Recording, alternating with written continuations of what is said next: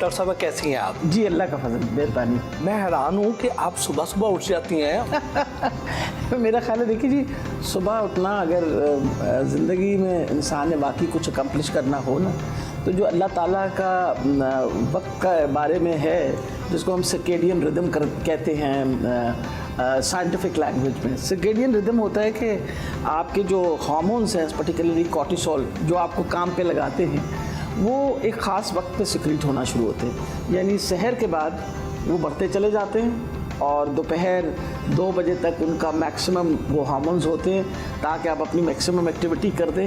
फिर जो कैलुला जो है ना, वो बड़ा इंपॉर्टेंट होता है, जिसको अब एग्जेक्टिव नैप कहते हैं, कि जो आधा पौना घंटे के लिए आप अपने आप को ब्रेक दें और फिर वो सर्केडियन रिदम शुरू होता है। डॉक्टर साहब, आप एक टफ फाइटर हैं, लेकिन उसके बावजूद आपके चेहरे पे एक सुकून होता है, एक इत्मीनान होता है। इसके पीछे क्या वजह है? देखिए, मेरा ख्याल है इंसान अगर अपने दिल में दिल साफ़ हो ना इंसान का, और जो वो दिल में सोचता है वो उसकी शक्ल पे भी नज़र आए, तो सुकून ही सुकून होता है। वजह यह है कि ये जो शक्लों के ऊपर चेंज आता है, ये मुनाफकत की वजह से आता है। Laughter is the best therapy. जी जी। तो क्या आप इस पे अमल करती हैं या अपनी दवाइयाँ, अपने इलाज सारे अपने आप पर ही आजमाती हैं? नहीं जी, जब आप हंसते हैं तो आप एक ख़ास हार्मोन प्रोड्यूस करते हैं, नोन एज सर्टनिन, और वो जो हार्मोन है, वो एंडोर्फिन जो आप आती हैं, वो basically they make you feel good. So laughter is actually one of the best medicines. Doctor साहब, आप बज़ाहिर तो एक आम घरेलू खातून लगती हैं, लेकिन अंदर से आप एक फियरलेस वॉरियर हैं। तो अंदर और बाहर में कोई तालमेल नज़र नहीं आता। मेरे वालिद साहब जो थे वो एयरफोर्स के थे और वालदा जो थी डॉक्टर थी। हमने तो आँख खोलते ही अपने घर में वॉरियर्स ही देखे। तो और लेकिन सादा ज़िंदगी जो है, उस बात पे हमारे वालिद साहब ने हमेशा एम्फसाइज़ किया। उन्होंने कहा ज़िंदगी हमेशा सादे तरीके से गुजारनी चाहिए। आपके वालिद साहब एयरफोर्स में थे और वालदा डॉक्टर थी, तो बचपन तो खासा घूमते फिरते गुजरा होगा। जी बिल्कुल सही। असल में पहले 5 साल तो मेरे अपने दादा दादी के पास गुजरे गांव के अंदर। वालदा हमारी पढ़ रही थी, फिर कुछ अरसे के लिए मेरे वालिद और वालदा अमेरिका चले गए, और एडमिशन मेरी जो थी वो पहली दफ़ा यहाँ अदबिस्तान सूफिया में की थी। तो तब मैंने बिल्कुल रिबेल करके वापस दादा के साथ चली गई थी। फिर 5 साढ़े 5 साल की उम्र में मैं दाखिल हुई प्रेजेंटेशन कॉन्वेंट शावर में, और उसके बाद चल सो चल हमें मौका मिला। हम वाले साहब क्वेटा भी गए अपने स्टाफ कॉलेज कोर्स पे, तो 1 साल हम क्वेटा रहे। फिर एयरफोर्स बेस इस्टेब्लिश हुई सरगोदा के अंदर, तो वाले साहब मेरे, because he was a fighter pilot. फिर आखिरी मेरे वाले साहब की पोस्टिंग की थी डायप्रोजन, अब जिसको मसरूर एयरबेस कहते हैं ना, उधर थे मौरेपुर में। दादा के पास गाँव में गुजरे हुए दिन कैसे थे? मेरे अब्बा की पुप्पी जो थी वो मेरे दादा के पास ही रहती थी, जहान बेगम नाम था, तो उनको सारी पुप्पी जानो कहते थे। तो हम भी जाके कैसे कहते पुप्पी जानो असा कहानी सुनाओ। उन्होंने कहानी सुनाई शुरू की कि नीला गांव का नाम था हमारा, तो कहती हैं ये नीला आया ना, इसका बादशाह आया, उसका नाम आया नील बादशाह। तो एक हमारे गांव के करीब से स्वां दरिया गुजरता है, तो सारे लोग अपने कपड़े धोने वहाँ जाया करते थे। तो कहते हैं वो एक दाड़ा डमनी चाक है, आपको पता है डमनी होती है जिससे वो कपड़े, डमनी चाक है, तो वो वहदा पे अपना कपड़े धोना वास्ते स्वांत है। तो मेरे दादा पास बैठे हुए थे, तो उन्होंने कहा तो मेरी दादी उन्होंने पुप्पी ने कहा क्यों होया लाला? उन्होंने आके क्यों कूड़ी गल्लां बच्चा पे दसे नहीं है। वो केड़ा बादशाह जे डमनी चाक।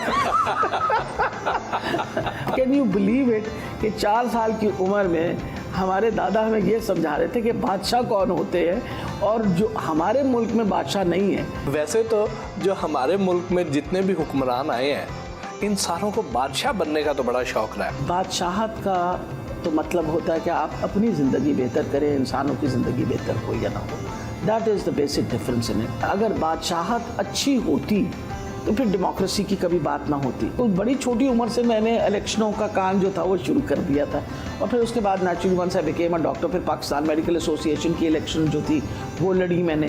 तो मेरे ससुर मुझे देखा करते थे कि मेरा जो शौक़ है, और मैं से बहुत शेयर करते थे। अब्बा जी बहुत, क्योंकि खुद सियासतदान थे, पीपल पार्टी के ज़माने में वो इसके एजुकेशन के मिनिस्टर रहे भुट्टो साहब की रिजीम में। तो वो बहुत इंटरेस्ट लेते थे मेरी सियासत के अंदर, और मुझे बहुत उन्होंने मेंटरिंग की मेरी, बताया करते थे कि आपने किस तरह करना है। मुझे अभी तक याद है, मैं जनरल सेक्रेटरी की इलेक्शन लड़ रही थी तो मेरा टेबल टेनिस का टूर्नामेंट आ गया यूनिवर्सिटी का, जिला इस्माइल खान में चली गई, और इलेक्शन को अभी 5-6 दिन बाकी थे, तो 2 दिन वहाँ मैं इलेक्शन, अब मैं वापस आई हूँ तो मेरे ससुर ज़्यादा परेशान थे कि आप चली गई 3 दिन के लिए, आपको पता नहीं था कि आपकी इलेक्शन है, आप कैसे इलेक्शन अपनी छोड़ के चली गई। आपकी दोस्तों का टेलीफोन आया कि हॉस्टल में आपकी पोजीशन वीक हो गई। जिस जमात को आप तांगा पार्टी कहती थी उसी में आप आ गई, ये कैसे हुआ? उन्होंने मुझे बुला के कहा कि बेटा आपने रिटायर कब होना है? मैंने कहा जी 2 साल रह गए। तो कहते हैं आपने सियासत में जाना है, ये तो पक्की बात है। मतलब ये तो उन्होंने तय किया था ना कि मैंने सियासत में जाना है। तो कहने लगे कि अब हमारे पास पीपल्स पार्टी में जगह नहीं है। मैंने कहा जी आप क्यों ऐसी बात कर रहे? कहते नहीं, जो 2 मार्शल लॉज ना कर सके, बिगाड़ सके पीपल पार्टी का, वो एक ज़िम्मेदारी नहीं कर देंगे। तो मैंने अब्बा जी से कहा कि अब्बा जी फिर मैं कहाँ जाऊँगी? तो उन्होंने मुझे कहा कि आप इमरान खान का सोचिए, 2008 की बात कर रही हूँ, आप खुद सोच सकते हैं किस लेवल पे थी। और मैंने उनकी बड़ी हैरानी से शक्ल देखी। मैं कहा जी आर यू श्योर? तो he looked at me and he said yes I am. His words were the man has lot of potential. मैं उनके बयान पढ़ता हूँ, ही लव्स पाकिस्तान। 2010 में जब पार्टी ज्वाइन की तो मैं दिल में सोचती हूँ कि वो कितने दूर अंदेश थे। शादी के बाद जो टाइम आपने अपने शौहर को देना था वो आपने पढ़ाई लिखाई को दे दिया, और उसके बाद आपने अवाम को दे दिया। घर को और बच्चों को कौन सा टाइम दिया? देखिए, जो प्रोफेशनल औरतें होती हैं ना, वो बड़ी ऑर्गेनाइज्ड होती हैं। उन्होंने वक्त तय किए होते हैं हर चीज़ के लिए। अपने सारे बच्चों को मैंने स्विमिंग खुद सिखाई। वो कहते हैं ना, एक बड़ा बॉन्डिंग का वो होता था। टेबल टेनिस खेलना सिखाया, फिर उसके बाद उनको नेचुरली होमवर्क भी कराना, सब कुछ कराना। मियाँ मेरे ने बहुत कुर्बानियाँ दी, लेकिन उन्होंने सारी ज़िंदगी मुझे सपोर्ट किया हर चीज़ में। जो भी मेरी एक्टिविटीज़ होती थी, मेरे सारे बच्चे मेरे साथ हुआ करते थे। We had lot of quality time together. माशाल्लाह अब तो मेरे 4 बच्चे they are very well settled. बेटी मेरी बड़ी डॉक्टर है, she is a gynaecologist, she is in England at the moment. बड़ा बेटा जो है पायलट है, दरमियान वाला स्टेट ऑयल में काम करता है, छोटा वाला जो है he is working with McKinsey. खुश नसीबी ये भी थी मेरी कि मेरे मियाँ की पुप्पी जो थी वो हमारे साथ रहती थी, तो असल माँ तो वो मेरे बच्चों की वो थी। जितनी आप अथॉरिटेटिव हैं, शायद यही वजह है कि आपके खामन शिकायत करने की जुर्रत भी नहीं करते। नहीं, मेरा ख्याल है ये भी गलत फहमी है। मसला ये है कि शादी, मैं इस बात पे बिलीव करती हूँ, इट्स अ पार्टनरशिप। बहुत इम्पॉर्टेंट होते हैं कि आप अपनी बीवियों की बात सुने ज़रूर। My husband is a very very वो सेंसिबल ह्यूमन बीइंग। अगर वो जो चीज़ ना माननी हो तो वो नहीं मानते बिल्कुल, लेकिन हम हमेशा बैठ के डिस्कस करके और फिर इसके ऊपर बात। लेकिन ये है कि उन्होंने हमेशा सपोर्ट मुझे ज़रूर किया। ये जो फातिमा जिन्ना मेडिकल कॉलेज है, उसमें क्या ऐसी ख़ास बात है कि वहाँ से यास्मीन राशिद हों या फिरदौस आशिक अवान हो, वो एक दबंग सियासतदान बन के निकलती है। आपका एल्मा मैटर बड़ा इम्पोर्टेंट होता है। हमारी कॉलेज के अंदर हर किस्म की एक्टिविटी होती थी। जिस ज़माने में मैं थी, इतनी रोबस्ट हमारी स्टूडेंट्स यूनियन हुआ करती थी। उसके अलावा आपका ड्रामेटिक क्लब होता था, फिर आपकी हर साल एक एनुअल निकलता था, स्पोर्ट्स डे बहुत विग्रस हुआ करता था। मतलब हर किस्म की एक्टिविटी हुआ करती थी।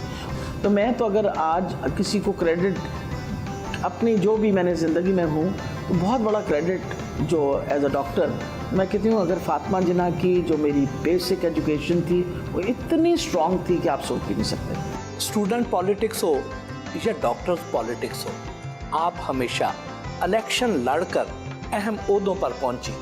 क्या वजह है कि 2018 के इलेक्शन में आपने फिर रिजर्व सीट कबूल की? एक दफ़ा नहीं हारी, उस सीट से मैं 3 दफ़ा हारी हूँ। वजह ये है कि वो सीट जो थी वो नून लीग बातें कहते थे कि ये हमारे गढ़ है और यहाँ कोई इलेक्शन नहीं लड़ सकता। खान साहब ने तो मुझे इसलिए वहाँ भेजा था कि वो कहते थे कि this must not be an uncontested seat, this must be a properly contested seat. मैं हंस पड़ी थी जब पहली दफ़ा उन्होंने मुझे कहा कि आपने उधर लड़ना है, तो मैंने उनसे कहा क्योंकि मैं तो यहाँ तैयारी की हुई थी एक अपनी पीपी की, तो मुझे कहने लगे कि डॉक्टर साहिबा खड़ा तो मैं किसी को भी कर दूँ। मैंने उनसे हंस के कहा कि जी आपको कुर्बानी का बकरा नहीं मिला? तो हंस के कहने मैंने कहा आपने बकरी ढूंढी। तो ही वॉज वेरी हैप्पी। और माई फर्स्ट परफॉर्मेंस पर उन्होंने दूसरी दफ़ा भी मुझे टिकट दिया।